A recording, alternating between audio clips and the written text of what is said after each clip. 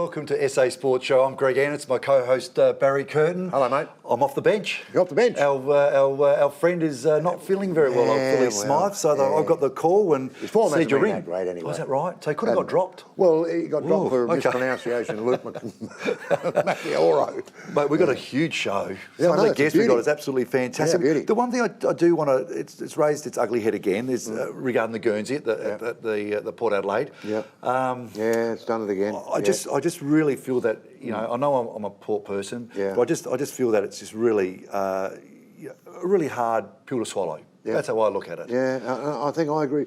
If you saw what Koshy said on Tuesday, I think that Collingwood said to him only a few weeks ago or early in the year that, hey, mate, we've had a look at your proposal and things are looking pretty good. Things are okay. And then all of a sudden, bang, no, you can't wear it. Look, Greg, where did Collingwood get off? Even making a comment on what we wear. I don't care what Collingwood think or say or do or you know, why are they in it anyway? Well, it's against the Crows, you're right. Every other sport in the world has colours all over the place. Yeah. What gives them the right to wear, they think, black and white? Yeah. If they want to get here, if they want to go and have a crack at us for, you know, and say you can't wear that because of an agreement, well, I've got an agreement for you. A few years ago now, I'll tell you when, it was 1997. Okay, yeah. Alan McAllister, the then president of Collingwood, attended a lunch at Alberton and stood on the stage next to me and said these words, and I quote, if Port Adelaide finish in front of Collingwood in its first 3 years in the competition, you can have the Magpie back. Wow. That's what he said.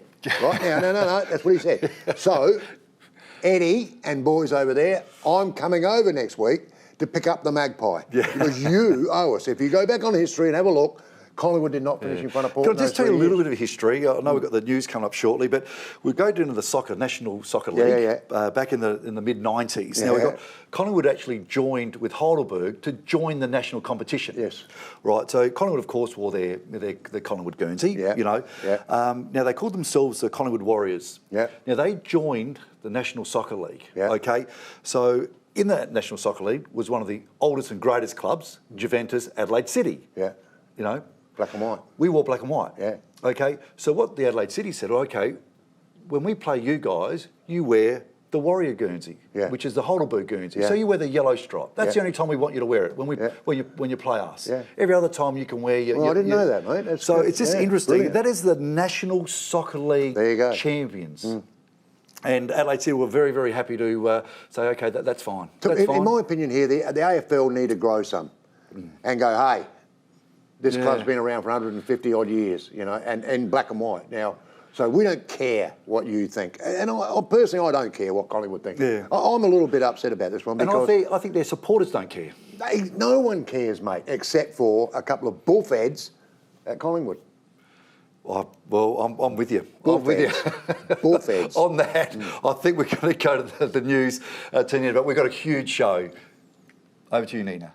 Thanks, guys. Welcome back to another week in sport. South Aussie Jess Stenson has won gold in the women's marathon at the Commonwealth Games in Birmingham. It was a history-making win, with Stenson becoming the first female marathon runner to win 3 Commonwealth medals. Dubbed the Smiling Assassin, Stenson smiled and thanked the cheering crowd as she crossed the finishing line. The race started with a tight group of 3, with Stenson fighting it out with Namibia's Halalia Johannes and Kenyan Margaret Wanguri Muriaki. But with only a few hundred metres to go, Stenson was able to break free, crossing the line 29 seconds ahead of her closest rival. An emotional Stenson celebrated the history-making moment with her 2-year-old son Billy and husband Dylan, while a large crowd of family and friends watched on from the Havelock Hotel in Adelaide. The win sets up a perfect start for Stenson's hopes of competing at the Paris Olympics in 2024. Back on home soil, and Port Adelaide will all but miss out on playing finals after going down to Collingwood by 6 points. After leading at quarter time, Port were kept goalless in the second term by a strong Collingwood defence.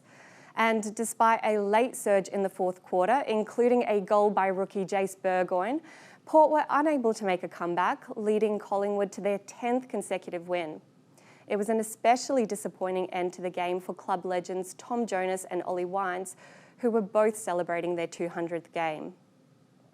But in happier news for the club, Port Adelaide has announced three-time All-Australian Erin Phillips as their inaugural AFLW captain. It was a special moment for Phillips, whose father Greg is a former Port Adelaide captain who won 8 premierships with the club. Erin called the decision a huge honour, and she'll be supported in her new role by Crow teammate Ange Foley, who's been elected vice-captain. Crossing over to the Crows, who caused the upset of the round with their inspiring 29-point win over Carlton.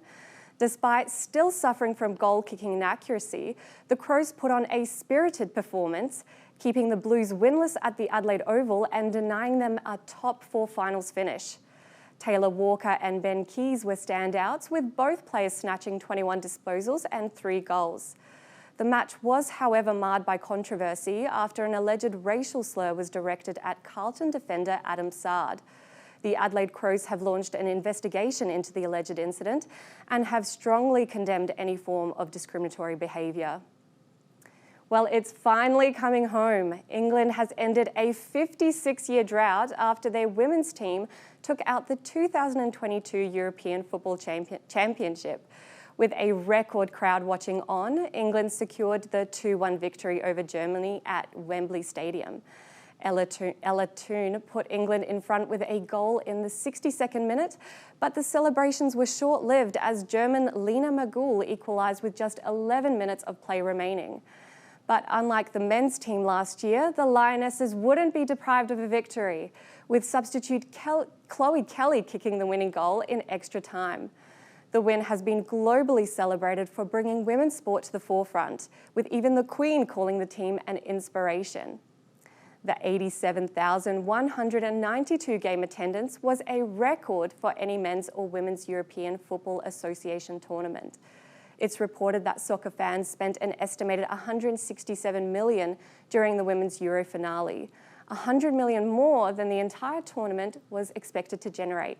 Well done, girls.